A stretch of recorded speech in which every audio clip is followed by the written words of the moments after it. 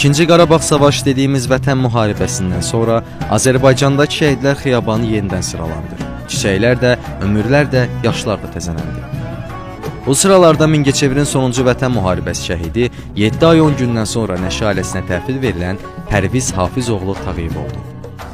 Qəhrəmanımız Pərviz 1990-cı ilin martın 22-sində Mingəçevir şəhərində dünyaya göz açıb. Mingəçevir şəhər 1 nömrəli məktəbin məzunu olub. Uşaqlıq yaşlarından idmana və hərbiyə marağı olan qəhrəmanımız seçimini də bu istiqamətdə edib. Azərbaycan ordu sıralarına öz istəyi ilə müddətdən artıq həqiqi hərbi qulluqçu kimi qəbul edilir. Hələ xidməti zamanı ona verilən bütün tapşırıqların öhdəsindən layiqincə gəlir. Bununla bağlı dəfələrlə fəxri fərmanlarla təltif olunur. Ordu xidməti zamanı həm idman göstəriciləri yüksək səviyyədə olurdu, həm də xidməti. Kəşfiyyat sahəsində özünü hər gün daha da təkmilləşdirdi.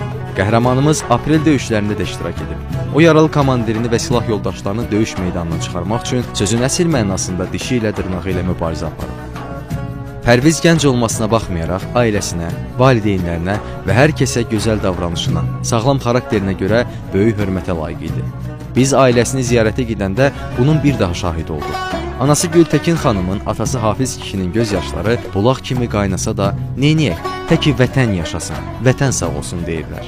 Ataların beli bükülsə də, anaların ürəyi yansa da, göz yaşları qaynayıb içinə axır. Sağlam dayanır. Qara dərdin qarşısında cavan gəlinlər qaralar bağlasa da, övladımız atasız böyüyər, vətənsiz böyüməz dedilər. Pərvizin çoxlu arzuları vardı. Hərbi xidmət sahəsində daha da böyük hədəfləri var idi.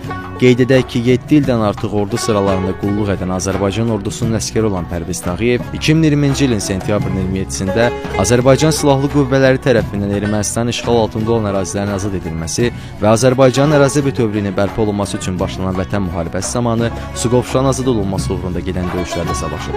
Pərviz Tağıyev sentyabrın 27-sində Suqovuşan döyüşləri zamanı şəhid olub. Onun nəşi 7 ay 10 gün tapıla bilməyib. Müdafiə Nazirliyi tərəfindən rəsmi olaraq etkin düşən hərbi qulluqçu hesab olunub.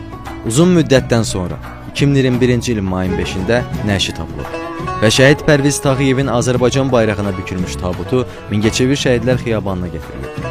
Hərbi orkestrin ifasında dövlət himni səsləndirilir, əskərlər yayılım atəş açırlar.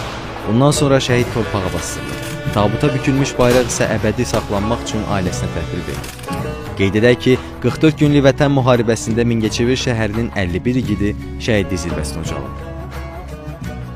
Pərviz Hafizoğlu Tağıyev ölümündən sonra Azərbaycan Respublikasının prezidenti, Silahlı Qüvvələrin Ali Baş Komandanı İlham Əliyevin sərəncamlarına əsasən vətən uğrunda Suqovuşanın azad olunmasına görə və cəsur döyüşçü medalları ilə təltif olunmuşdur.